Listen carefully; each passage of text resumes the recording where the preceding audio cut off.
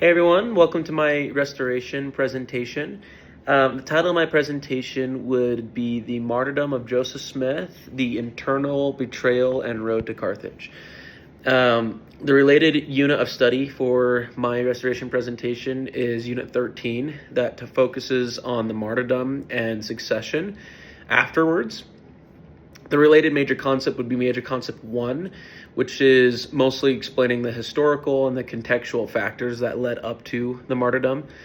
Types of doctrine, this would be supportive doctrine. The events surrounding the martyrdom help support and contextualize the prophetic calling of Joseph Smith and the principle of continuing revelation, but they are not part of core salvic doctrines of the gospel. So, as far as my sources go, my two scholarly articles are one from Melissa K. Bentley, The Masonic Martyrdom, Freemason Involvement in the Martyrdom of Joseph and Hiram Smith.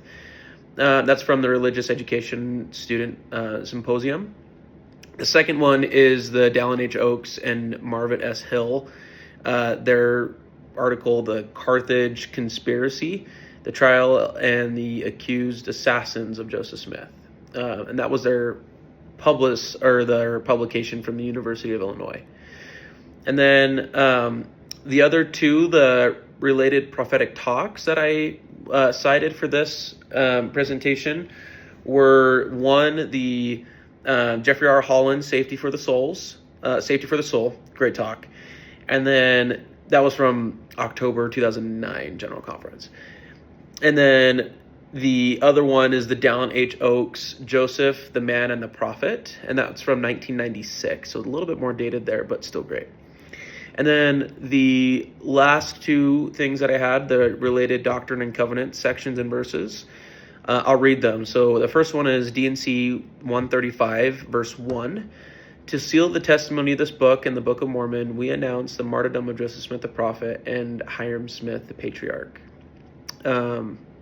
Literally the announcement of the martyrdom. And then D&C 122, 7 through 9. All these things shall be given thee experience and shall be for thy good, wherefore hold on thy way. That is a great one. And then the quote that I have from the Joseph Smith papers is the one where it says, I am ready to be offered a sacrifice for this people in my life. If my life is of no value to my friends, it is of none to myself. That one was published from the Letter to the Church and Edward Partridge, March 20th, 1839. So I think for the key concepts, my key concepts that I'm taking away from all of this is that, one, the martyrdom of Joseph and Hiram Smith primarily was triggered through a deep internal dissent from former members that were inside the church. I'm going to read I have a list of names. So William Law, Wilson Law, Robert Foster, and the Higbee brothers. People who were once considered like trusted allies of Joseph. These individuals opposed Joseph's teachings on plural marriage, power within the church, the political influence in Nauvoo, and their discontent led primarily to the founding of the Nauvoo Expositor, which accused Joseph of tyranny and immorality.